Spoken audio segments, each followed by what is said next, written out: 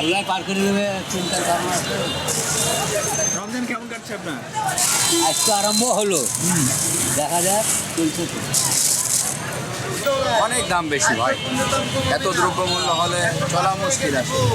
বাংলাদেশের মানুষও তো সীমিত হয়, কোটি কয়েক টাকা আয় করে আর বাজার করতে গেলে টাকা থাকে না, শেষ। এভাবে চলে না দেশ। এটার কারণ হিসেবে কি দেখছেন, কি কারণে এরকম রমজান আসলে বেড়ে যায়? অন্যান্য দেশে কিন্তু এই রমজান মাসে সব কিছুরই দাম কমে যায়, মানুষ শিথিল করে। রমজান মাস রোজার মাস, বরকতের মাস, আর এই দেশে রমজানের উপলক্ষে দামটাকে বাড়িয়ে রাখে। রমজান আসছে সামনে, একটু সময় রাখো, দামটা বেশি পাওয়া যাবে। মানে জিল্লতির দেশ এটা। উদ্যোগতি সবসময় তো বেশি, পরে আপনার সাধারণ মানুষ আমরা কিনবো এই সমর্থন তো আমার নাই, আর গাড়ি থেকে কিনতে যাবো সুযোগও না, রিক্সা চলে।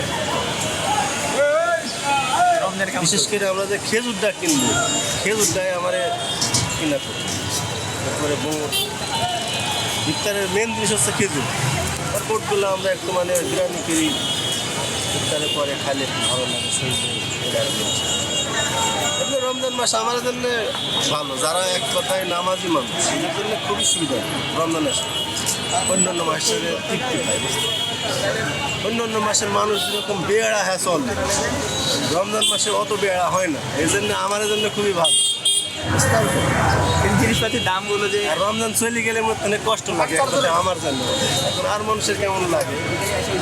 ভ্রমণের দাম আর কি বলবো, কারণ দুইটা ছেলে লেখাপড়া করে, জিনিসপত্রের যে দাম তাতে আগের চেয়ে বরঞ্চ এখনই আল্লাহর রহমতে খারাপ আছে, ভালো নেই। এখানে এই কলা 700 টাকা সহ কিনা 35 টাকা হালি বেচতেছি, তাহলে কয় টাকা কামাই হবে, কয় টাকা চলবে, আর সংসার কি দেখাবো? এইভাবে জীবন চলে।